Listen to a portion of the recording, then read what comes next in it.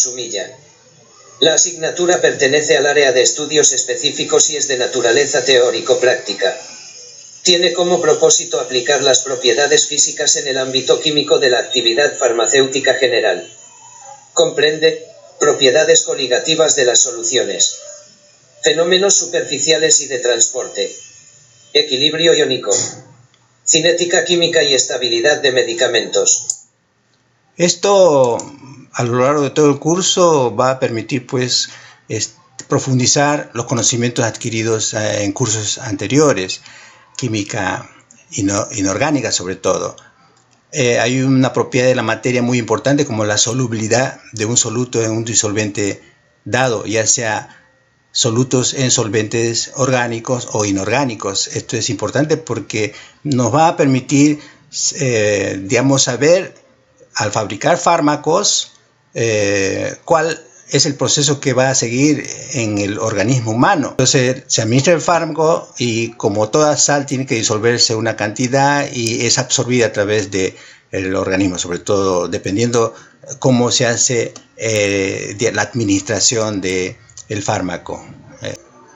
Todo lo que no es utilizado por el cuerpo humano de acuerdo a las necesidades de uso para las dolencias o enfermedades que se tengan, va a ser metabolizado y excretado, eliminado. Esto va a ser estudiado con bastante detenimiento más adelante en el curso, según el sílabo. Este proceso llamado ADME, ADME, significa absorción, distribución, metabolismo y excreción, todo con respecto a la administración de fármacos, ¿no? Vía oral, vía venosa, etcétera, etcétera. Eso va a tratarse con detalle. Por eso la Sumilla es bien, digamos, retadora para el desarrollo de los cursos. Otros conceptos que vamos a utilizar en todo el curso y en toda la vida de trabajo en el área médica, como ustedes los farmacéuticos, futuros farmacéuticos, el pH. El pH, al disolver un ácido en agua, se disociará totalmente, formando como corresponde a los ácidos fuertes o parcialmente con respecto a los ácidos débiles. La cantidad de ácido que se disuelva en el organismo va directamente a modificar el pH de la sangre. Y el pH es un concepto muy utilizado en todo ámbito y sobre todo de ella depende la ecuación de Henderson-Hasselbalch. Se utiliza esta ecuación para calcular el pH del trabajo de una solución amortiguadora. ¿Qué es una solución amortiguadora? Se verá más adelante. Anticipo simplemente que es una solución que regula o autorregula, en el caso del cuerpo humano, el nivel de pH en el organismo. Por ejemplo, cuando se mide el pH de una muestra de sangre, puede detectarse si tiene problemas o no en el organismo, ¿no es cierto? Acá tenemos, por ejemplo, dos casos. El pH del ser humano está entre 7.35 y 7.45, que es normal. Pero si está por debajo, va a tenerse la acidosis. Si está por encima de 7.45, va a tener la alcalosis, que son situaciones que se presentan previo a muchas enfermedades. Otros análisis obviamente vendrán después. Pero la acidosis ocurre cuando el ácido se acumula o cuando el bicarbonato, una base que está presente en nuestro organismo y forma parte de un amortiguador muy importante, el amortiguador bicarbonato. Cuando se pierde esta base o aumenta mucho ácido, se presenta entonces la acidosis, ¿no? En el caso de la alcalosis, es una afección provocada por el exceso de base en los líquidos del cuerpo, etc., ¿no? Hay mucho que hablar. Inclusive existen cartas, diagramas que me permiten digamos, diagnosticar con un análisis de la sangre y sobre todo esta carta para saber si está en condiciones normales la persona o tiene, como se ve en el gráfico, alcalosis respiratoria aguda, tendrá sus causas y consecuencias, alcalosis metabólica, etcétera, ¿no? Hay mucho que hablar con respecto a este tema, pero le estoy dando un alcance general. Y en la última parte del curso vamos a estudiar la cinética química, importantísimo también porque sabremos los fármacos, con qué velocidad se van a ser asimilados en el organismo, sobre todo en aquellos sitios donde se requiere la presencia de los fármacos, ¿no? Acá en la imagen se ve en forma secuencial una reacción química, y la velocidad con la cual ocurre esta reacción química es lo que interesa. Bueno, habrán fórmulas matemáticas para la velocidad de reacción química, pero en la última parte del curso ya todos estarán muy empapados de cálculos y del uso del Excel, una herramienta muy necesaria para todo profesional hoy en día. Veamos ahora el logro de la asignatura. ¿Qué esperamos? Logro de aprendizaje de la asignatura. Al finalizar la asignatura, los estudiantes elaboran un reporte de resolución de problemas y deducción de utilidad de las fórmulas sobre equilibrio químico y la energía libre en los sistemas bioquímicos, el pH y su relación con las teorías ácido-base y los sistemas amortiguadores, el coeficiente de reparto en la absorción de fármacos y la cinética química y la estabilidad de los medicamentos. Muy bien, entonces ya vayamos al sílabus. Ustedes tienen en el RunaChai mucho material, entre ellos el sílabus. Acá les muestro solamente las 4 primeras semanas, que es la unidad didáctica número 1. ¿Y qué esperamos? Unidad didáctica 1, termodinámica y equilibrio químico en sistemas bioquímicos y pH. Logro de aprendizaje de esta unidad. Al finalizar la primera unidad, los estudiantes elaboran un reporte con resolución de problemas de aplicación en relación sobre la entalpía, el equilibrio químico y las leyes y conceptos relacionados. Muy bien, y aquí habrá muchos trabajos, problemas que resolver para afianzar su conocimiento, poco a poco. En el sílabus, entonces, la primera semana nos corresponde estudiar pues la entalpía de las reacciones químicas, entalpía de combustión, entalpía de formación y sobre todo en el laboratorio la forma de determinar experimentalmente el calor de reacción.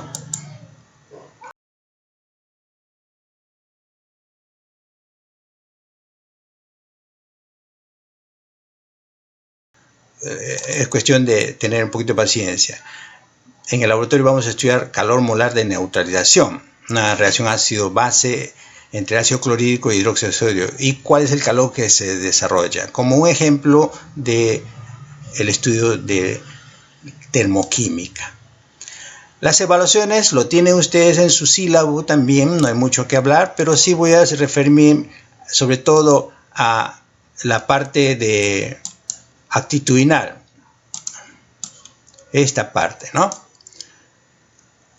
Donde la asistencia obligatoria a las clases virtuales, muy obligatoria, va a ser fundamental para su nota actitudinal.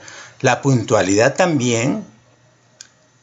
En cuanto a la presencia personal, bueno, no podemos hablar nada de ello.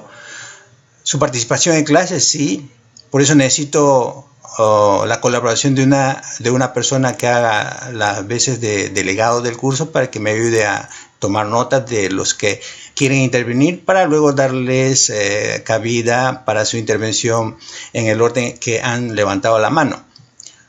Las actividades deportivas, eso se verá ya después de este problema que estamos teniendo todos los peruanos y todo el mundo. De estas clases virtuales va a ser importante la asistencia y la puntualidad y la participación en clase. Voy a pasar a elegir al delegado antes de tocar el tema. Rápidamente nomás vamos a hacer una lista. Entre los asistentes vamos a hacer la elección del delegado. Vamos a hacer un sondeo. Acá está la pizarra. Yo les voy a dar opción de escribir en la pizarra, pero antes quisiera que ustedes vean el ejemplo, cómo llenar esta tabla. A un costado, en la parte inferior, puede usted escribir, si no tiene todavía mucha práctica, escribir su nombre. Ya están viendo qué hice para escribir mi nombre. Usé este icono T, texto, que está en la parte superior de su pizarra. Y luego, ¿cómo lo traslado al primer casillero? Agarro el puntero, la flecha, lo selecciono y lo llevo hacia la lista que estoy haciendo, ¿no es cierto? Entonces, pero escriben por partes, o sea, no escriban todo junto. Entonces, ahora voy a escribir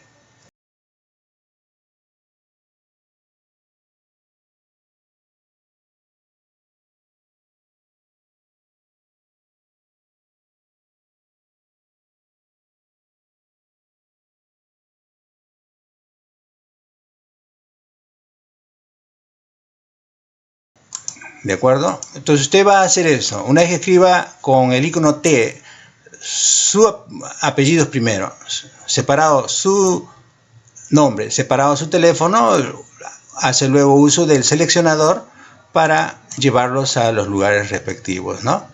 Entonces es un buen ejercicio que van a tener ustedes, un buen momento hasta completar con la lista de todos los asistentes para poder elegir a un delegado. ¿De acuerdo? Entonces voy a habilitar la escritura. Voy a borrar mi nombre.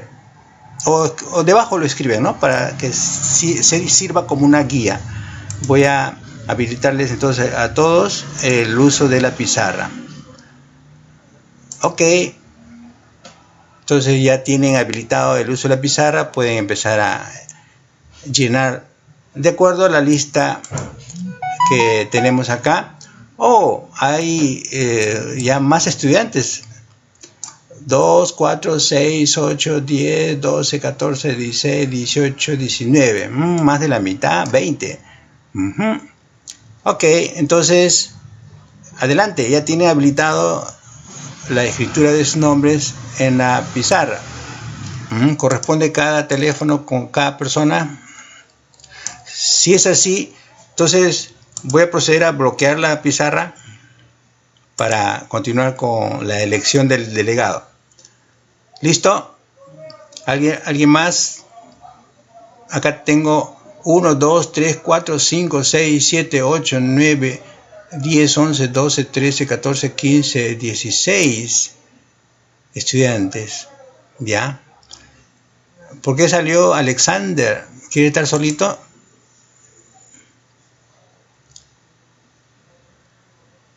Ah, ok.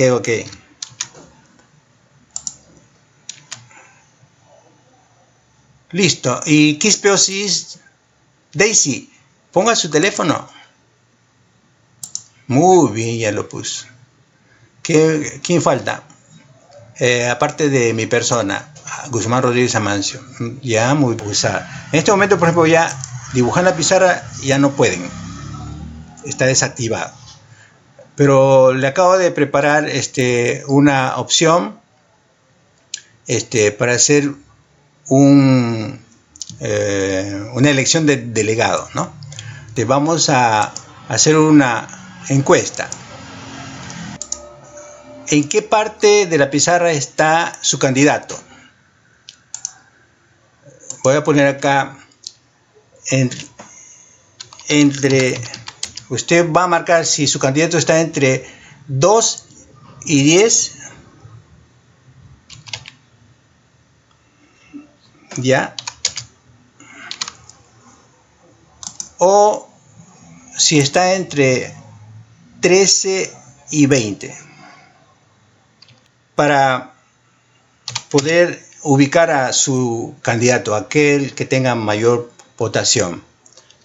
¿De acuerdo? Entonces, vamos a dar inicio. Tienen ahí un par de minutos para decir su candidato. Todos tienen que votar, ¿eh? Está entre 2 y 10 o está entre 3 y 20. Y así vamos a dar la oportunidad a que todos participen. Por lo tanto, aquí ha salido que el candidato a delegado está entre 2 y 10. Por lo tanto, voy a cerrar esta encuesta. Ahora, entre 2 y, digamos, 5, o entre 5 y 10. ¿Dónde está su candidato? Con eso es suficiente. El candidato está entre 5 y 10. Vamos a ver. Entonces, finalmente, ahora vamos a hacer un último sondeo.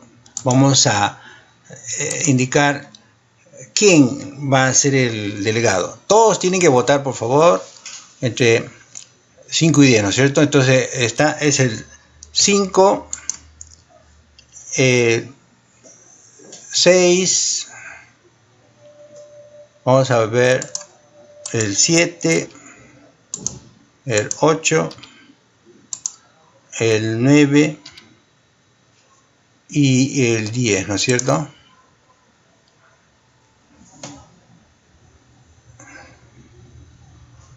Perdón, sería 6, ¿no? Sería a partir de 6. Ya, entre estos candidatos 6, 7, 8, 9, 10,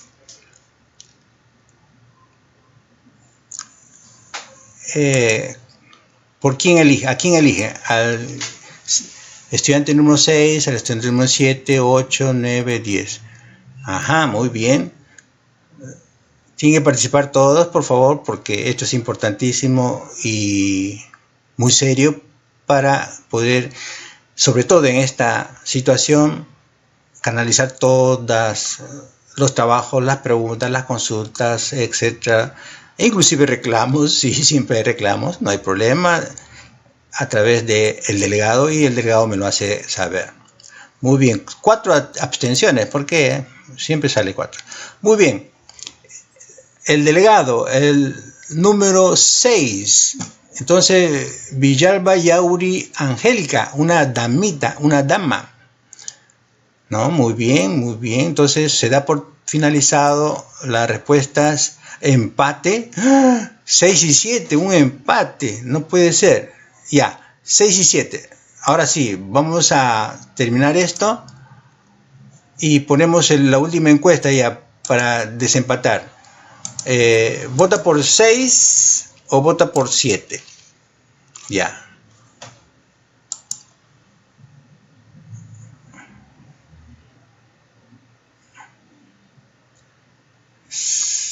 De la Cruz Solís Ricardo es el número 7. El número 6 es Villalba Yauri Angélica.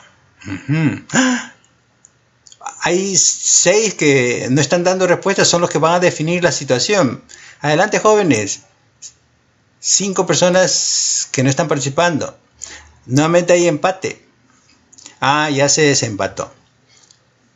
Entonces, vamos a 7. Ya, muy bien. 6 y 7. Ok, terminó la encuesta. Y vamos a poner acá,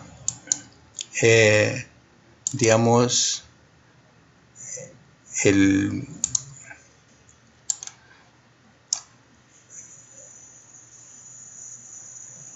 Villalba.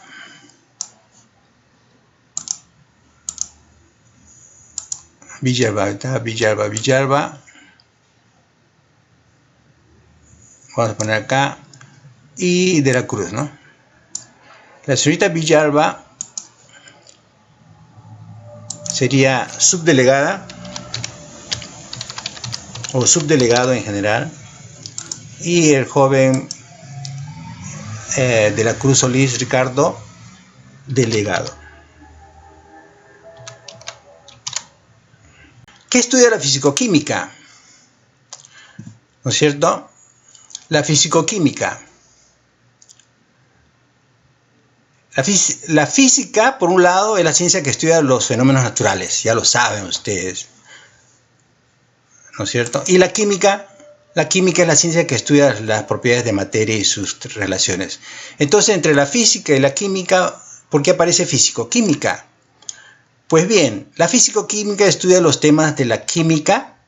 Escuchen bien, la físico-química estudia los temas de la química usando las leyes de la física.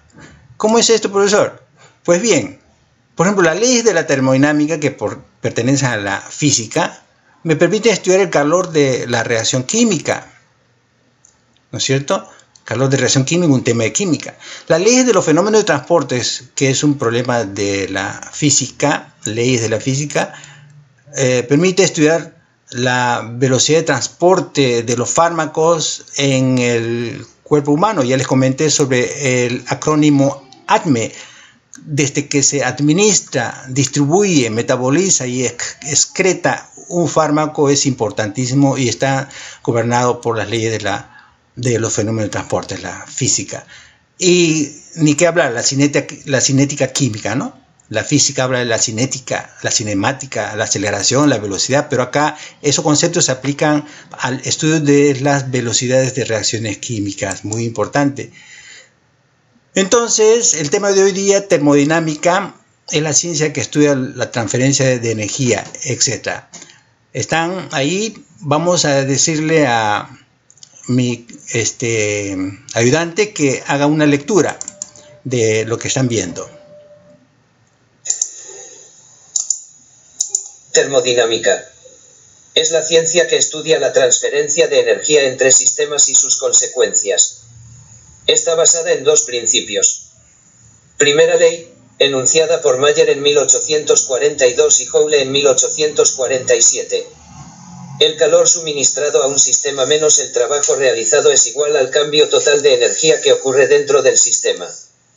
Segunda ley, enunciada por Clausius en 1850 y Kelvin en 1851. La suma de las entropías de los sistemas inicialmente aislados es menor o igual que la entropía total de la combinación final. Bien, adelante. Entonces, ¿qué es el sistema? Se habla del sistema. El sistema es el objeto de estudio de la físico-química.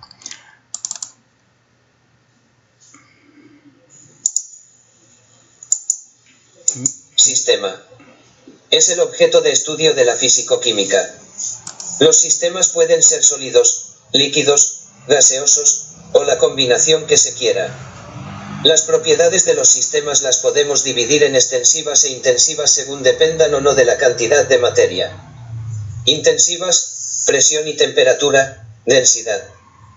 Extensivas, volumen y masa. Cuando las propiedades macroscópicas de un sistema no cambian con el tiempo, se dice que el sistema se halla en equilibrio. Entonces, estos conceptos son de la física y ellos nos dicen pues que el universo que nos rodea, en el universo que nos rodea está el sistema y todo lo que está fuera del sistema se llama entorno. Acá por eso se ha puesto esta imagen para decirles que el sistema, todo el sistema, más todo lo que rodea al sistema, hacen al universo, ¿no? Son conceptos de la física, pero ¿para qué se aplica esto? Para poder hacer estudios tales como el calor de combustión que se lleva a cabo, o calor de reacción que se lleva a cabo en los calorímetros. Las paredes del sistema pueden o no dejar pasar calor. Son diatérmicas cuando las paredes del sistema dejan transmitir o transferencia de calor. Y adiabáticas cuando son térmicamente aislados, ¿no? Entonces acá ustedes en su PPT que tienen en Runa Chaipa pueden ver más de estas diferencias que hay entre los diferentes sistemas. Pero vayamos acá a una parte muy objetiva. Un vaso de una bebida se dice que es abierto porque pueden intercambiar calor y trabajo, ¿no? Este paquete de alimento está cerrado y es impermeable, no deja pasar materia, pero puede pasar calor, ¿no? Puede calentarse si se expone al sol o enfriarse si está dentro de la refrigeradora, me refiero. Y este último esta última imagen que muestra un sistema aislado que todos conocemos, un ejemplo para que todos puedan entender lo que es un sistema aislado, su termo, ¿no? Es impermeable porque no puede entrar material aparte del que está dentro. Es adiabático porque justamente conserva su calor, no se enfría con facilidad, etc., ¿no? Esta importante distinción entre los diferentes sistemas me va a permitir hacer estudios en el laboratorio.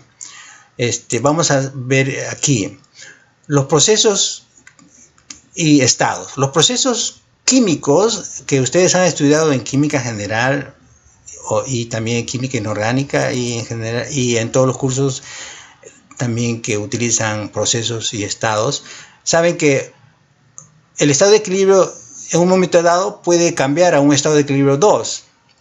Digamos así, agua líquida en una olla se pone a hervir y nos olvidamos de apagar y todo el agua obviamente va a evaporarse. Es otro estado de la materia, ¿no es cierto? Esos cambios de estado pues pueden ser irreversibles y sobre todo cuando hablamos ya de materias como los gases, ¿no es cierto?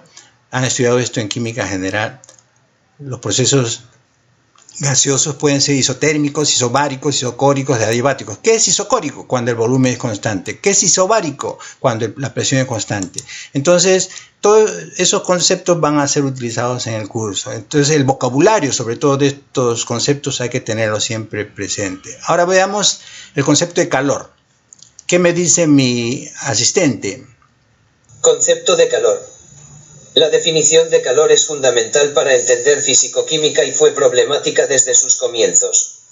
Experimentalmente se veía que si se ponían en contacto dos cuerpos con diferentes temperaturas, pasado un tiempo, se llegaba a tener los dos cuerpos a la misma temperatura. Igualmente es muy común confundir calor con temperatura. El calor es una forma de transferir energía. La temperatura está relacionada, a nivel molecular, con la velocidad de las moléculas. Los sistemas que tienen moléculas moviéndose rápidamente tienen temperaturas más grandes. Cuando se ponen en contacto un cuerpo a temperatura T2 con otro a temperatura T1, siendo T2 mayor que T1, las moléculas del sistema a T2 chocan con las otras, más lentas, y les transfieren energía. Cuando se llega al equilibrio, todo el sistema posee moléculas moviéndose a igual velocidad promedio. ¿Qué significa eso traducido acá en forma esquemática? Quiere decir que, por ejemplo, dos bloques, dos sistemas. Uno está a temperatura T2 y otro a temperatura T1.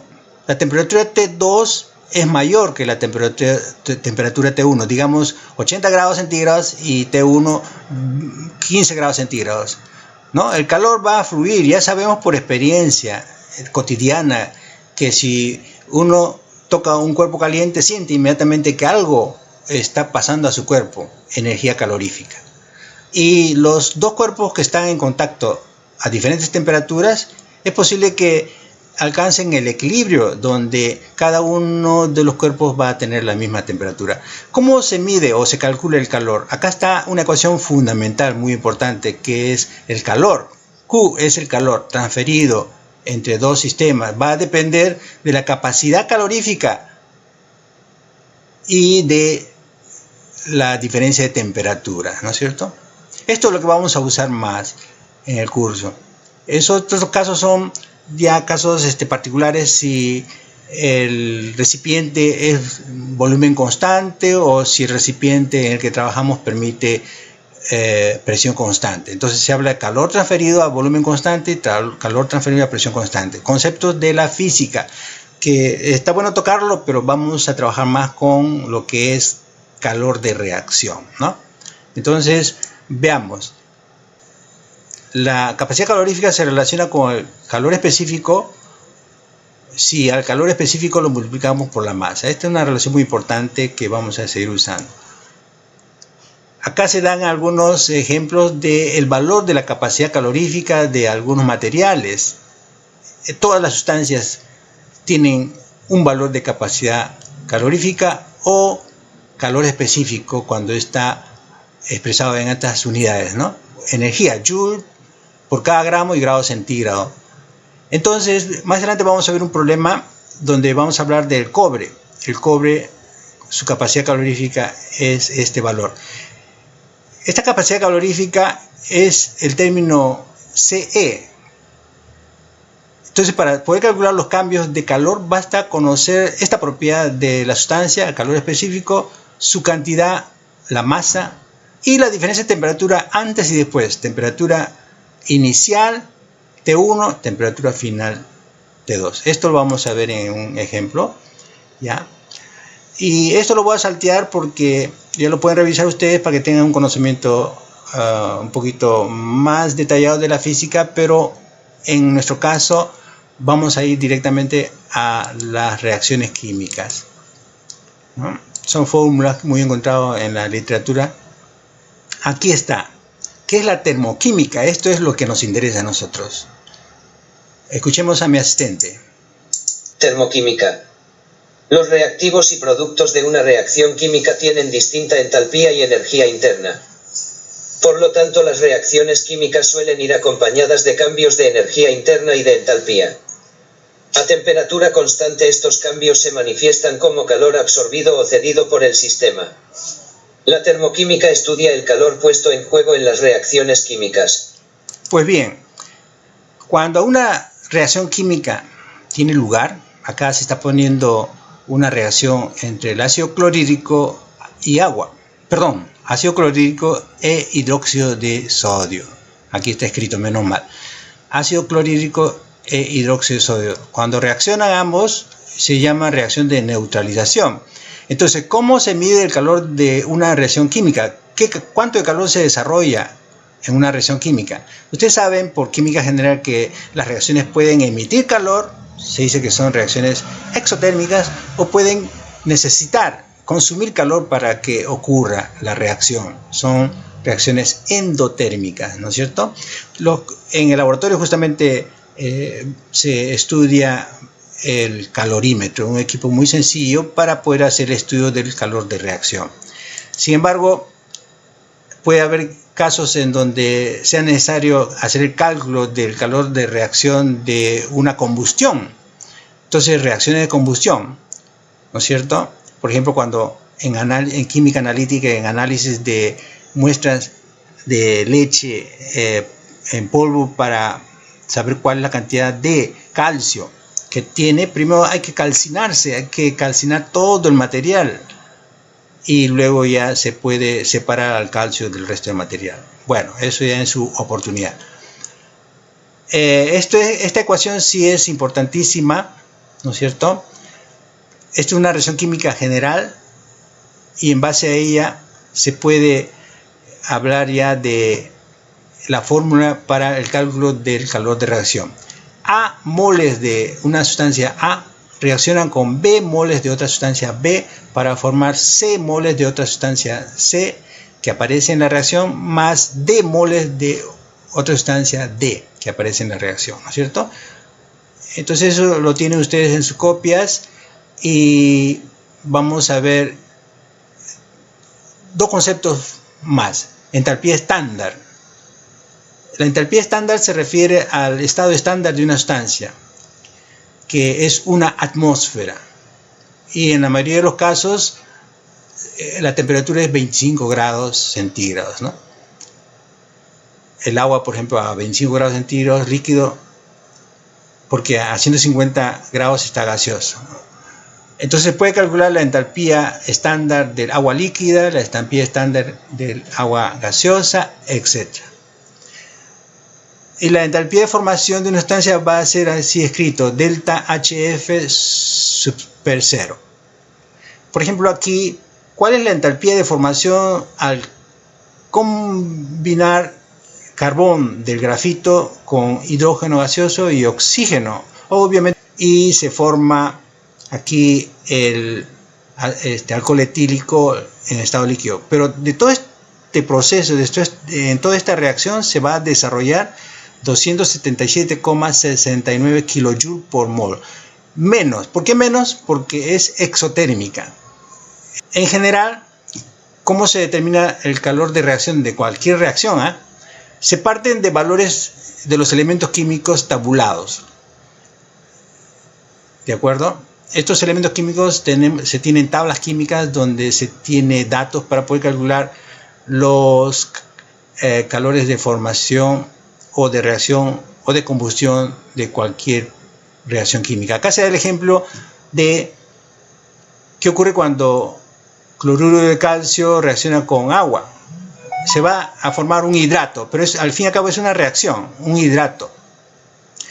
Pero podemos seguir este camino. Los elementos químicos, las sustancias como elementos químicos, calcio, sólido, cloro gaseoso, hidrógeno gaseoso, oxígeno gaseoso, con la información que se tenga de los elementos químicos se puede calcular el calor de formación de los reactivos. Y también con la misma información para el caso de los productos, se puede calcular el calor de formación de los productos.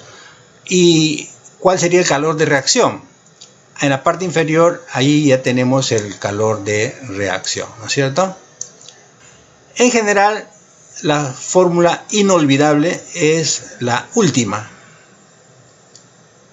Si le toman una imagen y hablan de la importancia de esta ecuación, el calor de reacción puede ser calculado siempre si se conocen los calores de formación de los productos menos los calores de formación de los reactivos. Ok, jóvenes. Igual la entalpía de combustión, ¿no? Para los cuales existen grandes tablas químicas que tienen los calores de formación de los elementos químicos y los compuestos más utilizados. Ahora veamos cómo usar esas tablas de datos de calores de formación o de reacción en general que existen. Se tiene la ley de Hess. La ley de Hess establece que podemos hacer operaciones aritméticas con las ecuaciones de las reacciones químicas. ¿Por qué? Porque el calor intercambiado cuando una reacción química se lleva a cabo a temperatura y presión constantes es el mismo tanto si la reacción ocurre en una etapa o varias etapas. Todo camino que conduce a Roma puede ser usado, en otras palabras, ¿no? Así, si tenemos el problema acá de calcular el calor de reacción de la combustión del carbón, carbón se quema con oxígeno y se forma el monóxido de carbono. ¿Cómo calcular esto? Pues bien, entonces puedo consultar tablas químicas y tengo este dato. Tengo el calor de de combustión del carbón para obtener dióxido de carbono. Y también tengo este otro dato.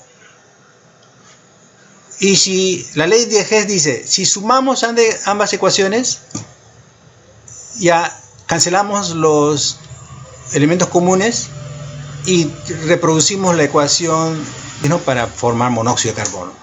Entonces, ¿cuál es el calor de reacción en la formación del monóxido de carbono al quemar carbón con oxígeno? Entonces, aquí está el valor. Entonces, se suma. Varias reacciones se pueden sumar y se suma entonces algebraicamente el calor de reacción, ¿no? ¿Y qué sucede si invertimos la reacción? Aquí en la parte superior se muestra una reacción química, ¿no es cierto? ¿Y qué ocurre cuando invertimos? ¿Qué ocurre en la inversión? Se da cuenta que el signo ha cambiado.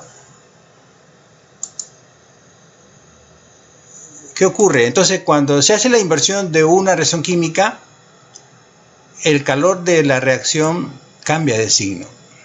Entonces, se pueden sumar reacciones químicas, se puede invertir reacciones químicas de tal manera que pueda encontrar un camino hacia lo que buscamos, ¿no? Entonces, acá hay datos termodinámicos en este PPT y también le he puesto en su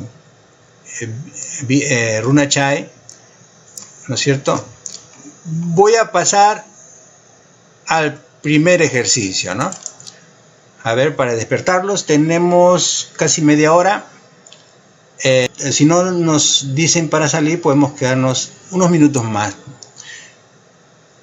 ¿Ya? Entonces, ejercicio de aplicación. Esto es lo más interesante. Esto es examen, ¿no es cierto? Veamos acá. Considere los siguientes datos. Tenemos una lista de metales con la masa en gramos de cada uno de ellos, el calor específico de cada uno de ellos, la temperatura. Y hay una pregunta. 5 casos, A, B, C, D, E. ¿Cuál es verdadero? ¿Cuál es la respuesta correcta? Cuando estos dos metales, digamos el aluminio y el cobre, entran en contacto, ¿qué puede suceder? Entonces, mientras ustedes están pensando o averiguando cuál es la solución, yo voy a preparar su respuesta a través de un, digamos, de un sondeo, ¿no es cierto?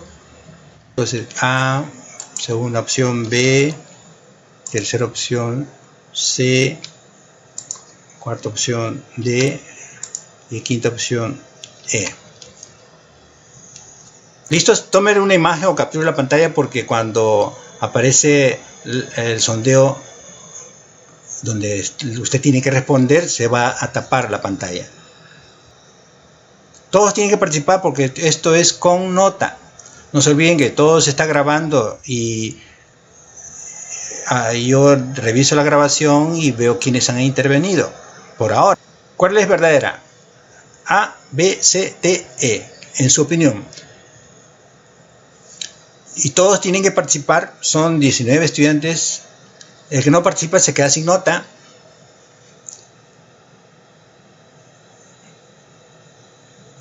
El que no participa va a tener 0. El que participa, si se equivocó, va a tener 12 hoy día, para que no es que se están acostumbrando todavía. Pero el que da la respuesta correcta va a tener un 20 en su primera intervención en clase virtual.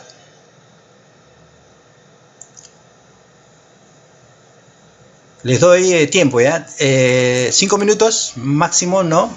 He puesto mi cronómetro, ya, para que me ayude. 5 minutos nomás, ¿no? El calor fluye de la sustancia que tiene más masa hacia otra que tiene menos masa, o al revés, de la que tiene menos masa a la que tiene más masa. Igual, la temperatura. ¿De dónde fluye el calor? De la sustancia que tiene temperatura alta a la temperatura baja, o viceversa, de la sustancia que tiene temperatura baja hacia la temperatura alta. Y otras opciones, ¿no? Donde el valor del calor específico también es importante. El calor específico es justamente la cantidad de calor que se requiere para que 1 gramo sea calentado 1 grado centígrado. Faltan 7. No, pues todos tienen que participar, ¿eh? Aunque se equivoque, tiene que participar, porque es una nota válida. Pero el que no participa tiene 0. Veamos, faltan 5. Y acá me falta... todavía tiene tiempo. Tiene 3 minutos más para pensar. Medio minuto para leer cada una de las opciones. Son 5 opciones. Ahí leyendo nomás tiene 2 minutos y medio. Y para responder ya 2 minutos y medio más. En total 5 minutos. Falta 1 minuto. Falta 3 personas. Apúrense, jóvenes, va a tener 0. Mejor váyase por un 12. Porque la intervención ya es una nota. Si se equivoca o no, ya es otra nota. Si se equivoca, tiene 12. Si no se equivoca, acierte, tiene 20. Ahí estoy viendo que varios van a tener 20, ¿sabes? 3. Falta 3 personas.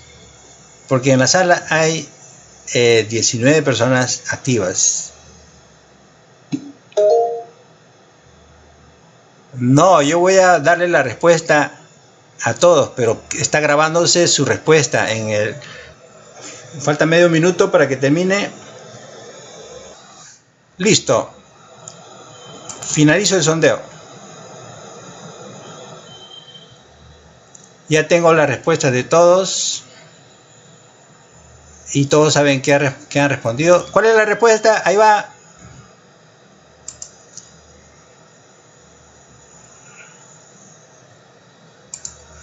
La respuesta es D. ¿No es cierto?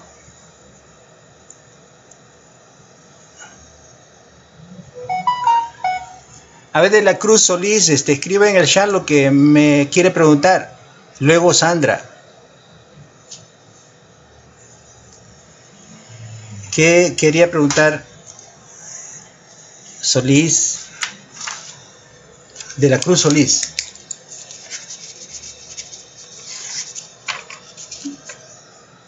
Oh, se colgó el sistema. Sí, pues hay que tener siempre presente de que puede ocurrir ello.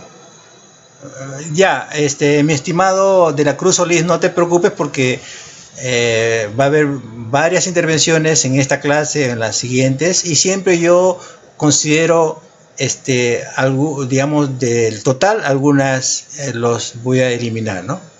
Por ejemplo, si tomamos 5 intervenciones, durante todas las clases llego a tener 5 intervenciones de un alumno, de repente le considero las 3 mejores.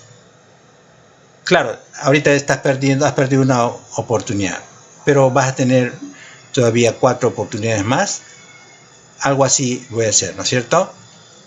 Sandra, ahora puedes decirme por el chat qué es lo que querías preguntar.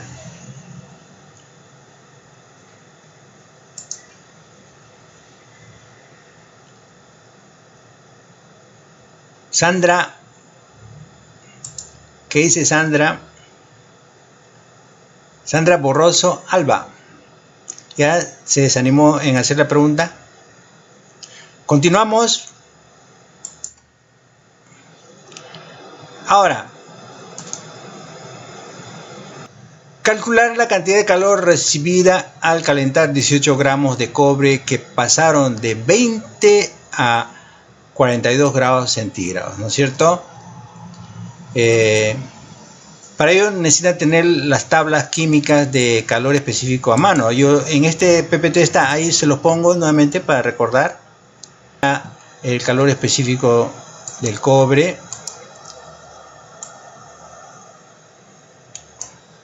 Para resolver este problema tenemos ahí el calor específico del cobre. Aquí está, CE. La masa del cobre, 18 gramos. Y la diferencia de temperaturas, la temperatura final 2, 42 grados, la temperatura inicial 1, 20 grados, ¿no? Tenemos todos los datos. A ver, jóvenes, segunda intervención. ¿Cuántos joules me da el cálculo? ¿Cuántos joules? Le doy 2 minutos para hacer el cálculo.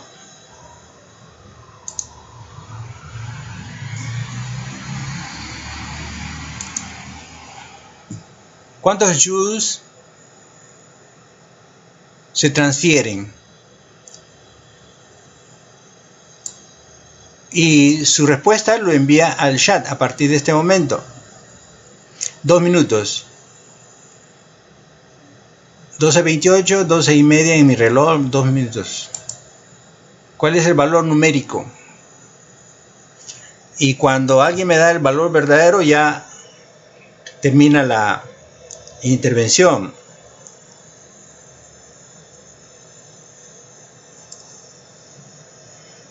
A ver.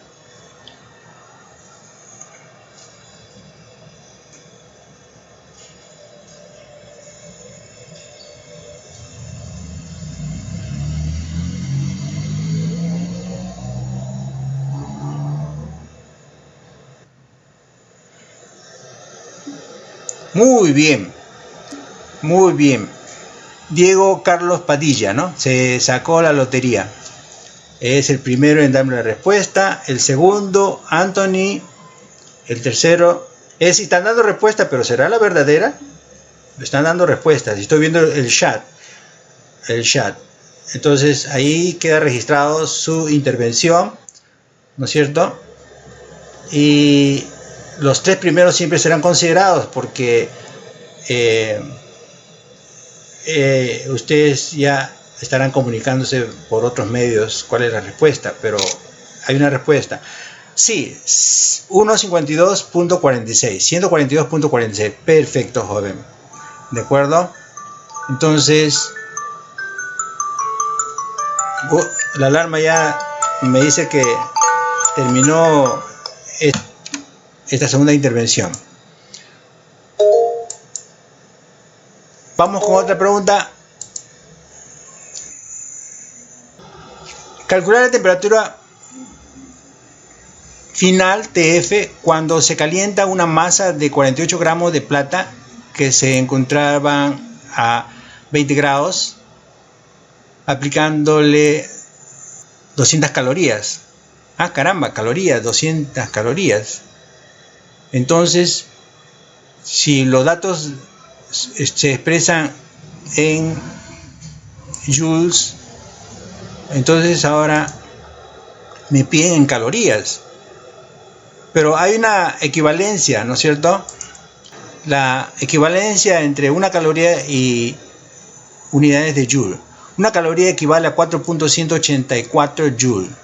Por lo tanto, estos datos que están en joule los tengo que convertir a caloría. Ya. Ok, estamos 12:32. Vamos a dejar esto como tarea para que lo envíen luego al correo de la universidad, ¿no es cierto?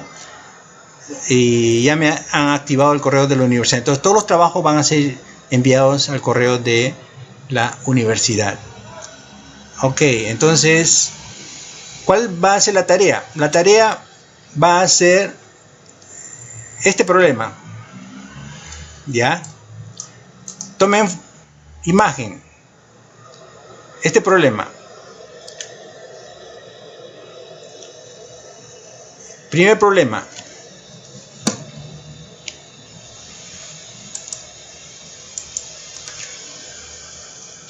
Tarea 01. ¿No?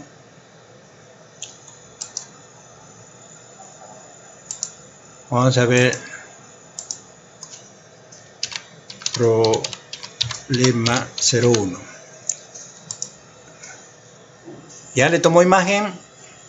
¿Cuál sería el otro problema?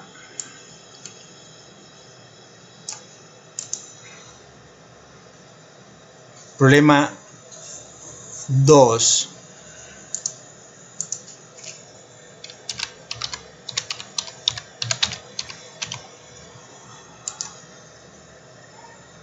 Tres minutos para que tomen imagen.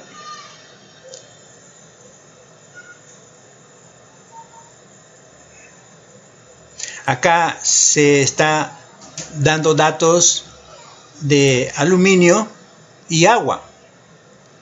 ¿Qué sucede cuando el aluminio que está a 90 grados centígrados se introduce en agua que está a 38 grados centígrados? ¿No? La temperatura final del equilibrio es de 40 grados centígrados. Entonces, este es un experimento muy similar al que vamos a hacer en el laboratorio, que les permite, digamos, calcular o determinar en forma experimental el calor específico de las sustancias. Ya tomaron fotos. Viene el tercer problema. Se me pasó la solución. No puede ser. Este tercer problema. Problema 3. Nada más.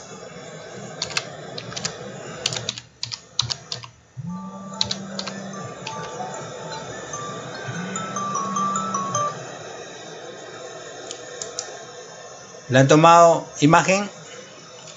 Problema. Diga, Anthony, ¿qué dice? Escribe en el chat.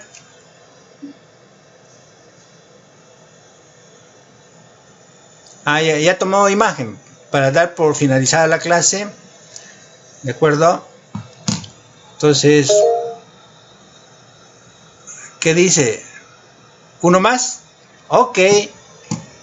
Y a los que resuelvan 3 problemas tienen 15, hasta 15. Y los que resuelvan 4 problemas van a tener hasta 20. Muy bien, muy bien. Aquí le mando otro problema.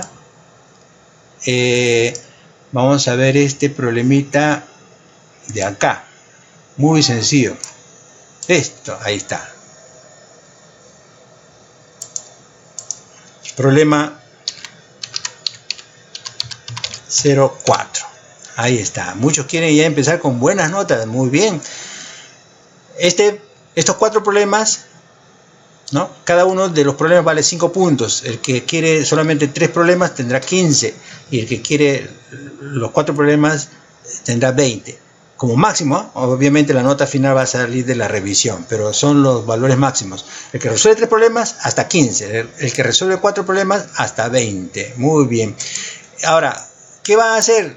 ¿Dónde van a enviar esa información? Al correo de la universidad, al correo del curso, envían la solución. ¿Hasta cuándo? Máximo hasta mañana. ¿De acuerdo? Un día a otro para que puedan trabajar como están en su casa, para que puedan descansar y lo trabajen en la noche. Y mañana, digamos al mediodía, lo puede resolver a mano alzada. No es necesario que lo mande en Word. Lo resuelve a mano alzada y le toma imagen y eso me lo envía. Tiene más valor que usted lo haga a mano alzada, ¿no? Y no pierda tiempo en estar usando el Word, porque se va a demorar más en las fórmulas matemáticas. Hágalo a mano alzada y me lo envía. ¿Ya tomaron ya nota de todo esto? Hay 21 estudiantes ahora. Ajá. Ok, jóvenes. Nos vemos la próxima semana y Dios mediante que quiera que todo esto se solucione. ¿De acuerdo? Voy a terminar la grabación.